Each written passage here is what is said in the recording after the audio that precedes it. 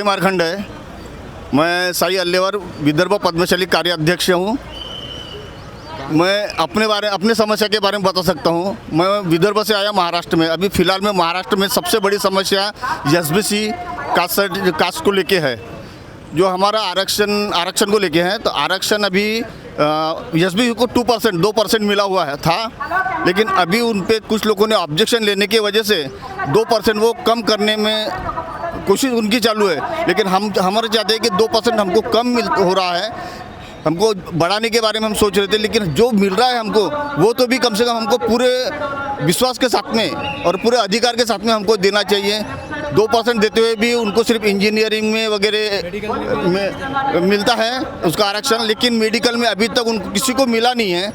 तो हमें इसको रद्द ना करते हुए इसे बढ़ाने के बारे में सोचिए। विदर्भ महाराष्ट्र में पद्मशाली समाज आज 25-30 लाख के आसपास में है। तो बस हमारी यही समस्या है कि वो हमारे एसबीसी 2% आरक्षण ये कायम रखा जाए। ये हमारे महाराष्ट्र की समस्या है, सबसे बड़ी समस्या यही है। क्योंकि बेरोजगार के बारे में, युवकों के बारे में जब हम विचार करते हैं, तो अगर आरक्षण नहीं रहेगा तो हमारे पद्मशाली समाज के युवक आगे कैसे बढ़ेंगे।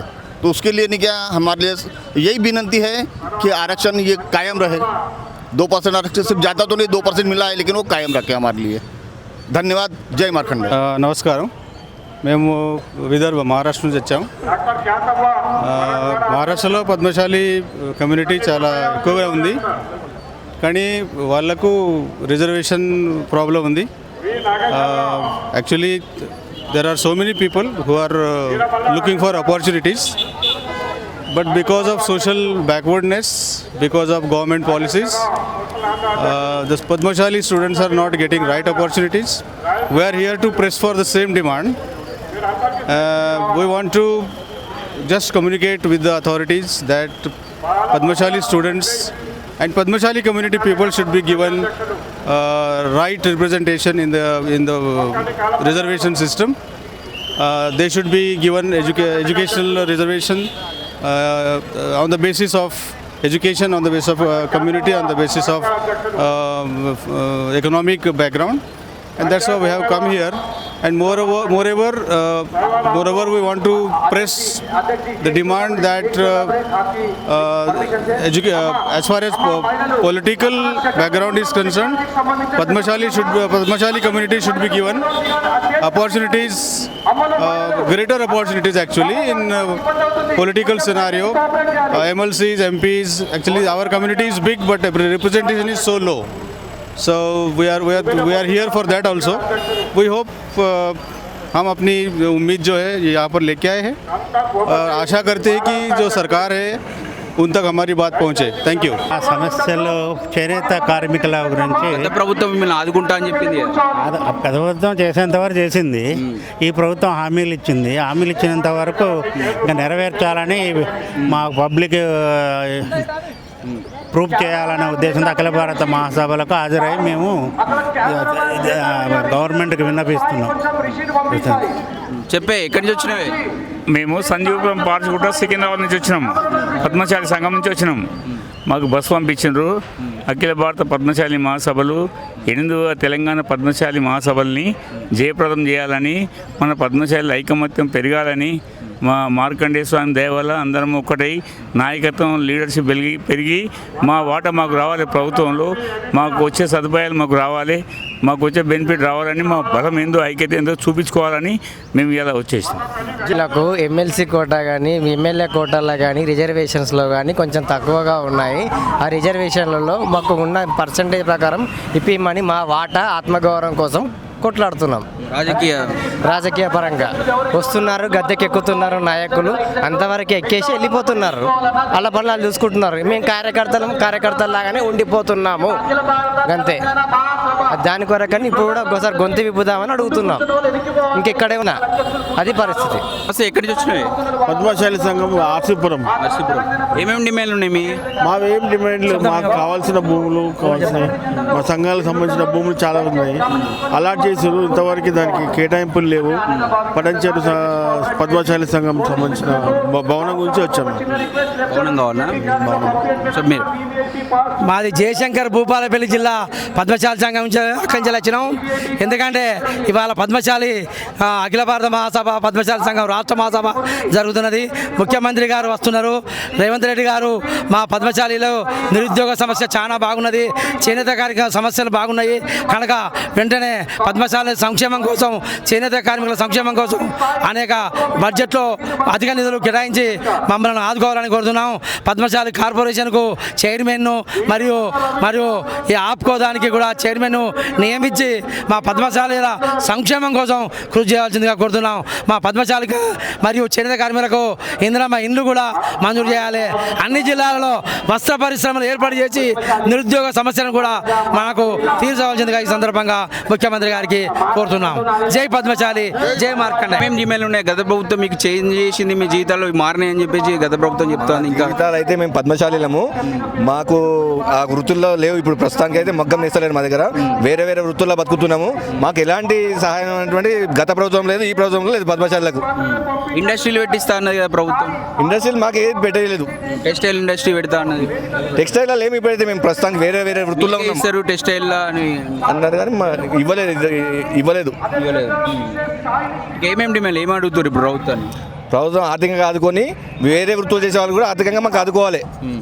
వేరే పనులు చేసి బతుకుతున్నాం కాబట్టి వృత్తి పనుల బతకడం కష్టమైపోయింది కాబట్టి వేరే కిరాణం షాపులు కానీ వివిధ బిజినెస్లు చేసుకునే వాళ్ళకు లోన్లు ఇచ్చి ఆదుకోవాలి. గీత కార్మికులకు అయితే ఇస్తున్నారో 50 ఏళ్ళకు పింఛను, నేత చేయకుండా పద్మశాలీలు అంటే నేత కార్మికులే కాబట్టి వాళ్ళకు 50 ఏళ్ళకే పింఛన్లు అని మా యొక్క డిమాండ్, ప్రధాన డిమాండ్. చెప్పే ఏమేమి ప్రభుత్వము 50 సంవత్సరాలకు ఇస్తామని చెప్పారు కానీ అది అమలు చేయలేదు అన్నమాట. 50 సంవత్సరాలకు పెన్షన్, నేత కార్మికులకు పెన్షన్ ఇస్తామని చెప్పారు కేసీఆర్ ప్రభుత్వం, కానీ అమలు చేయలేదు. చేనేత గురించి మనకు ఎలాంటి సహాయాలు లేవు. రుణాలు మాపన్నట్టు చేయలేదు, మార్కెట్ కల్పిస్తున్నట్టు చేయలేదు, ఇప్పుడు మా తరమే ఈ పద్మశాలి ఉత్పత్తి ఆఖరైతుంది. కొత్త యుగతులు చేయాలంటే ఏం ఇప్పుడు లాభాలు లేవు. లాభాలు రావాలంటే మనకి ఏమైనా కొంచెం అంత గవర్నమెంట్ సబ్సిడీ ఇచ్చి లోన్ ఇస్తే దాన్ని పెంపు చేయగల అవకాశం. కంపెనీలు పెట్టుకోగలుగుతారా ప్రభుత్వం ఆర్థికంగా? పెద్ద కంపెనీ పెట్టాలంటే మనతో అయితే చిన్న ఒక 10 బగ్గాలకు ఒక సొసైటీగా ఏర్పాటు చేస్తే దాన్ని డెవలప్ చేసేకుంటే మాకు సహకరిస్తే చేస్తాం. మీకు ఈ పని తప్ప ఇంకోటి రాదు? మాకు ఈ చేదనైతే పని తప్పించి వేరే పని రాదు. మేము మన ఆయన ఇదే వృత్తి, నేను ఇదే వృత్తి. నేను 30 సంవత్సరాల నుంచి ఇదే పని చేస్తున్నాను. ఇప్పుడు ఎత్తురా మీరు? చేస్తున్నాను. ఏంటి సార్ రంగులు ఇదే ఇవే వస్త్రాలు ఇవే తయారిస్తున్నాం. సారీస్, బెడ్షీట్లు, ఫ్యాబ్రిక్. మార్కెట్ ఉందా మరి? మార్కెట్ లేదు. కొందామంటే అమ్ముకుందామంటే ఇంత రేట్ అంటారు. తెలిసిన వాళ్ళే కొంటున్నారు, అందరు కొనాలని మా ఆలోచన. ఈ ఫారెన్ కంపెనీలు వచ్చి మొత్తం కూడా దాన్ని ఆగం చేసి మన చేనేత గురించి పట్టించుకునే నాకు లేడు. అట్లా అంతా ఇంత ఇప్పుడు రేవంత్ రెడ్డి వచ్చినాక కొంచెం అంత మనకు అది తిప్పిపాటు ఇచ్చిండు, అది ఇచ్చిండు. దీని మనకు కూడా ఇంకా మొగ్గాలు డియోటాక్ నెంబర్ ఎక్కువ చేసి చేనేత ఉత్పత్తి భక్తులకు లోన్ ఇచ్చి సహకరించాలని రేవంత్ రెడ్డిని కోరుతున్నాను. చేస్తారు మేము చిన్నపర్ల. ఓకే, చిన్నపొర్ల. ఎక్కడ ఇది? అది మొక్తల్ దానంపేట జిల్లా. ఏమేమి సమస్యలు ఉన్నాయమ్మా మీకు? మాకా మొగ్గం చేనేత వాళ్ళు. ఎత్తురా మీరు? అవును. మార్కెటింగ్ ఉందా మరి? మార్కెటింగ్ లేదు, ఏం లేదు. ఏం లేదా? కూలి నేస్తాం. కూలి నేస్తారా? కూలి పోతారు మీరు? కూలి మొగ్గం నేస్తాము, చేనేత మొగ్గము కూలి తెచ్చుకొని నేస్తాం. కూలి తెచ్చుకొని నేస్తారు మాకు. మరి గిట్టుబాటు రేటు కరెక్ట్ వస్తుందా? ఏం పడదు.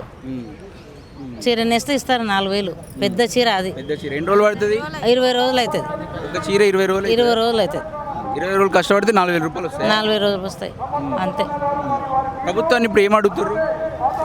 ఏం అడగాలి? పింఛన్లే ఉన్నాయి. పింఛన్ వస్తుందా మళ్ళీ? వస్తుంది, పింఛన్ వస్తున్నాయి 2000 వస్తున్నాయి. చెప్పండి అమ్మ, మీరు ఏం కావాలమ్మా మీకు?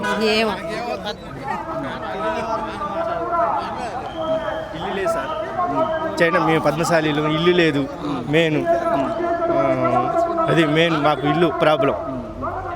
ఇంకేం కావాలి మీకు ఇప్పుడు? డెవలప్మెంట్ కావాలంటే లోన్లు ఇట్లా కావాలా? ఇల్లు కావాలి, డెవలప్మెంట్ కావాలి పద్మశాలి ఇల్లు గురించి. అది మీరు చేనేత డెవలప్ అవ్వడానికి ఇంకేమేం కావాలి? ఇంకా మాకు సౌకర్యాలు కావాలి, మా పిల్లగాళ్ళు చదువుకోవడానికి ఇంకా డెవలప్ కావాలి సార్. అది జియో ట్యాగ్ కూడా లేదండి. జియో ట్యాగ్ కావాలి. జియో ట్యాగ్ లేదు, కావాలి మాకు.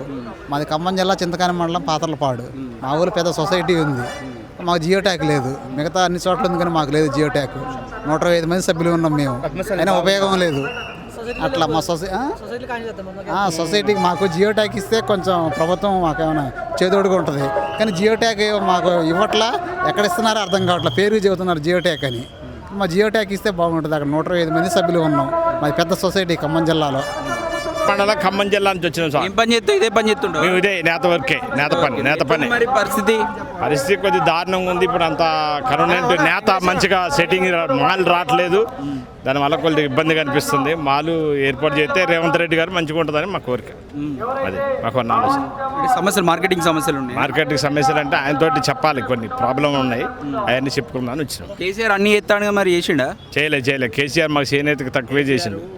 టైంలో మాకు చేనేత సొసైటీ ఉన్నది, అప్పుడున్న టైంలో దాన్ని రద్దు చేశారు. ఇప్పుడు అందులో నేను కూడా డైరెక్టర్ని, ఇది మా సొసైటీ డైరెక్టర్. ఇంకా దాన్ని పునరుద్ధరించాలని మేము కోరుకుంటున్నాం. మళ్ళీ ఎందుకు క్యాన్సిల్ చేసిండు? దాన్ని పదవీ కాలం అయిపోయిన తర్వాత రద్దు చేసి కూడా దాన్ని ఇంకా చైర్మన్ పెట్టలేదు. చైర్మన్ ఎన్నికలు జరిపించి మళ్ళీ మొదటి నుంచి చేయాలని మేము కోరుకుంటున్నాం. కార్పొరేషన్ పెట్టిరా? అందులో నేను డైరెక్టర్ అండి సార్. పైసలు ఇస్తున్నా మరి దానికి?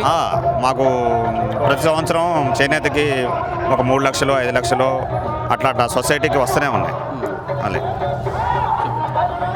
నా పేరు కొంగరి వెంకటేష్, మహబూబ్నగర్ జిల్లా యువజన సంఘం అధ్యక్షుడిని.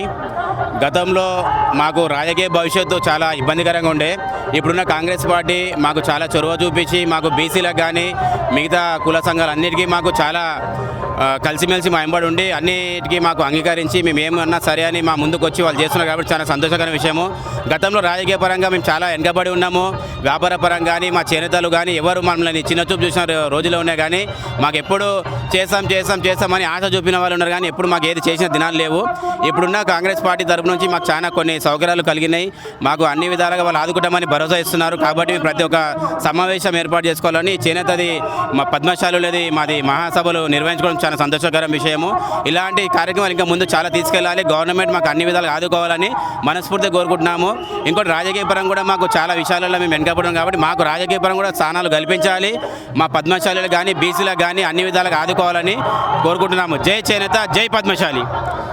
మహబూబ్నగర్ జిల్లా అయితే చేనేత కార్మికులకు ఇంతకుముందు రైతులకు రుణమాఫీ ఏ విధంగా చేసినారో చేనేత కార్మికులు ఇంతకుముందు చనిపోతుంది. సిరిసిల్ల కానీ మహబూబ్నగర్ కానీ గద్వాల్ కానీ వనపర్తి కానీ చేనేత కార్మికులు చనిపోతున్నారు, కానీ వాళ్ళకు ఒకటి జీవిత బీమా అనేది ఏది ఇస్తలేరు. రైతులకు రుణమాఫీ ఏ విధంగా ఇచ్చినారో చేనేత కార్మికులకు రుణమాఫీ చేయాలని గతంలో మేము తుమ్మల నాగేశ్వర సార్ కలిసినాం.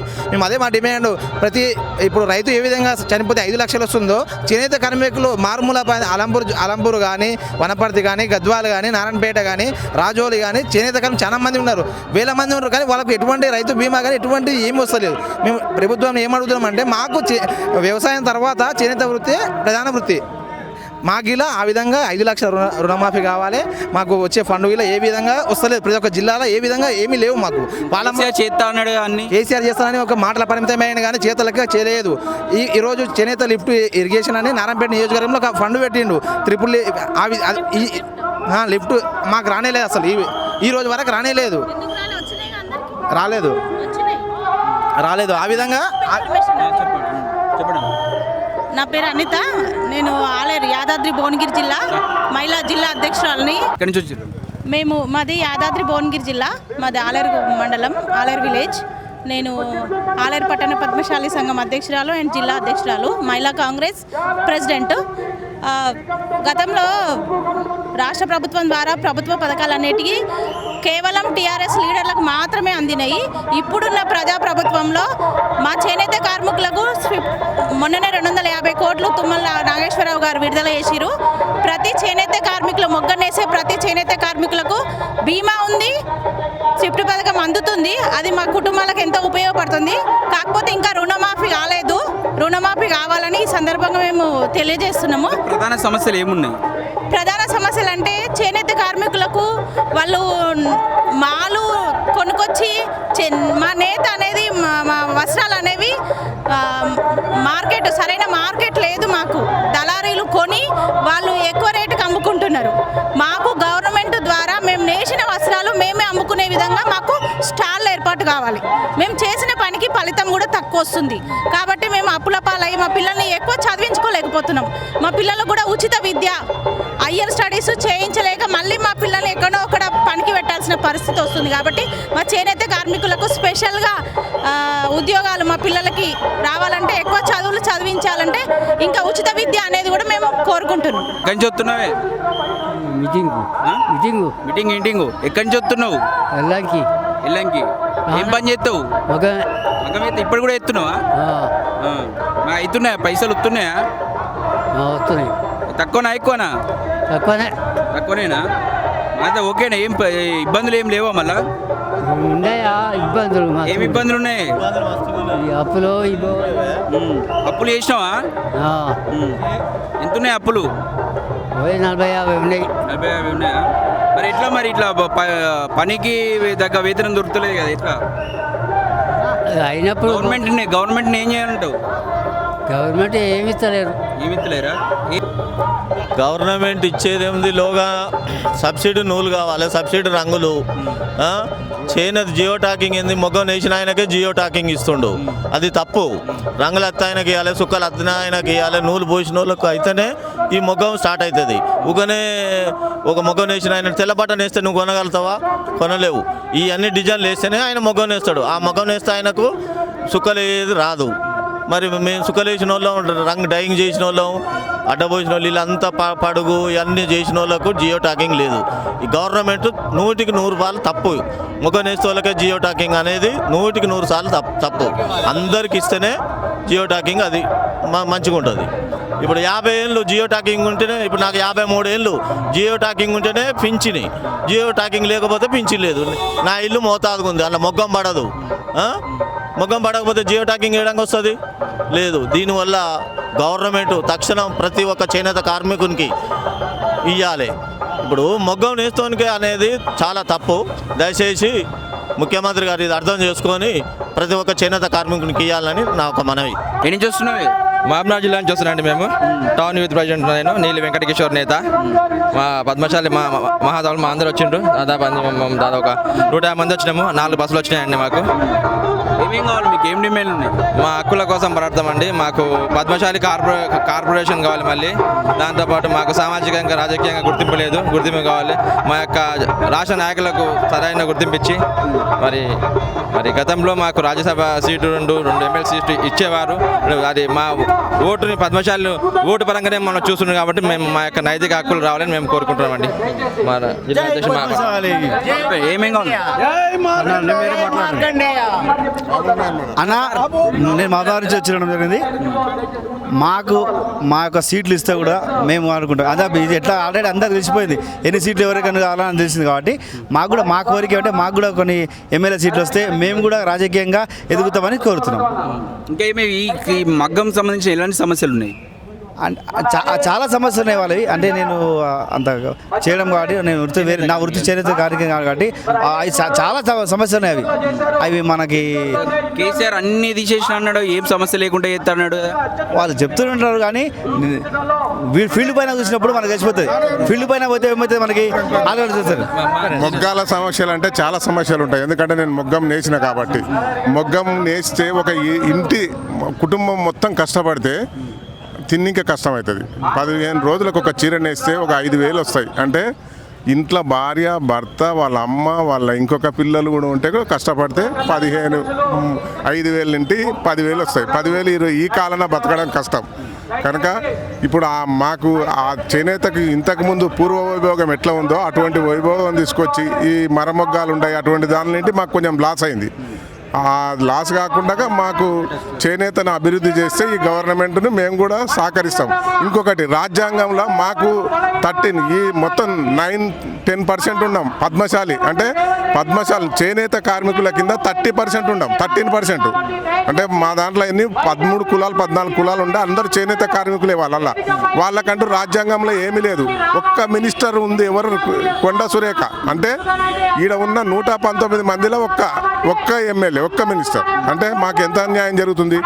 ఈ అన్యాయాన్ని ఇప్పుడు అరికట్టడానికే మేము ఈ ఉద్యమం ఇస్తున్నాం. మా కోరిక ఇది, డిమాండ్. ముఖ్యమంత్రి రేవంత్ రెడ్డి గారిని రిక్వెస్ట్ చేసేది ఇదే. రేపు బీసీ కులకరణ చేసినా ఏదన్నా చేసినా మాకు రిజర్వేషన్ మాది మాకు కావాలి. మా హక్కుల కొరకు మేము. జై పద్మశాలి. జై మార్కండేయ. జై మార్కండేయ. పద్మశాలీలు అన్ని రంగాల్లో వెనుకబడి ఉన్నారు ఈ రోజుల లోపల. మరి సమాజం లోపల ప్రతి వర్గానికి రిజర్వేషన్లు ఇచ్చి మరి కాపాడుతున్నారు. మాకైతే ఇంతవరకు రిజర్వేషన్లు ఏం లేవు. ఇంకోటి పద్మశాలీలు కూడా ఇప్పుడు సోదరుడు చెప్పినట్లు ఈ చేనేత మొగ్గాలలో కష్టపడే వాళ్ళకి తక్కువ కూలి, మినిమం కూలి, అదేది లేబర్గా వాళ్ళు ఇంటి వాళ్ళంతా ఇచ్చేస్తే ఇద్దరు కలిసి నేస్తే నెల రోజులు పట్టు చీర ఒకటి నేస్తారంటే 5 నుండి 10,000 వరకు వస్తుంది. అంటే వాళ్ళు దాదాపు 3-4 కష్టపడతాయి. కాబట్టి ఈ యొక్క కనీస వేతనాలను అమలు చేసి పద్మశాలీలకు సముచితమైన స్థానము, ఈ రాజకీయంగా కూడా వాళ్ళకి స్థానం కల్పించి వాళ్ళకి పద్మశాలీలకి ఎక్కువ పద్మశాలి కార్పొరేషన్ ఏర్పాటు చేసి వాళ్ళకి రుణాలు మంజూరు చేసి పసుపు బోర్డు పెట్టిండ్రు. ఒకటి పద్మశాలికి కూడా ఒక బోర్డు, పద్మశాలి కార్పొరేషన్ జాతీయ లెవెల్లో. ఇప్పుడు మాకు ఎట్లా ఉందంటే, మేము ఇంతకుముందు మా నాన్నగారు ఈ రాష్ట్ర ప్రభుత్వం గవర్నర్తో అవార్డు తీసుకున్నాడు చేనేత కార్మికుడు. అంటే ఆయన నేసిన వృత్తి అటువంటిది, అంత గౌరవం ఉండేది. కానీ ఇప్పుడు లేదు. ఆ గౌరవాన్ని కోల్పోయినాం, ప్లస్ మాకు ఉన్న జీవన ఉపాధి కూడా కోల్పోయినాం. కనుక దాన్ని మాకు ముందు మంచిగా చేయాలని కోరుకుంటున్నాం. Thank you.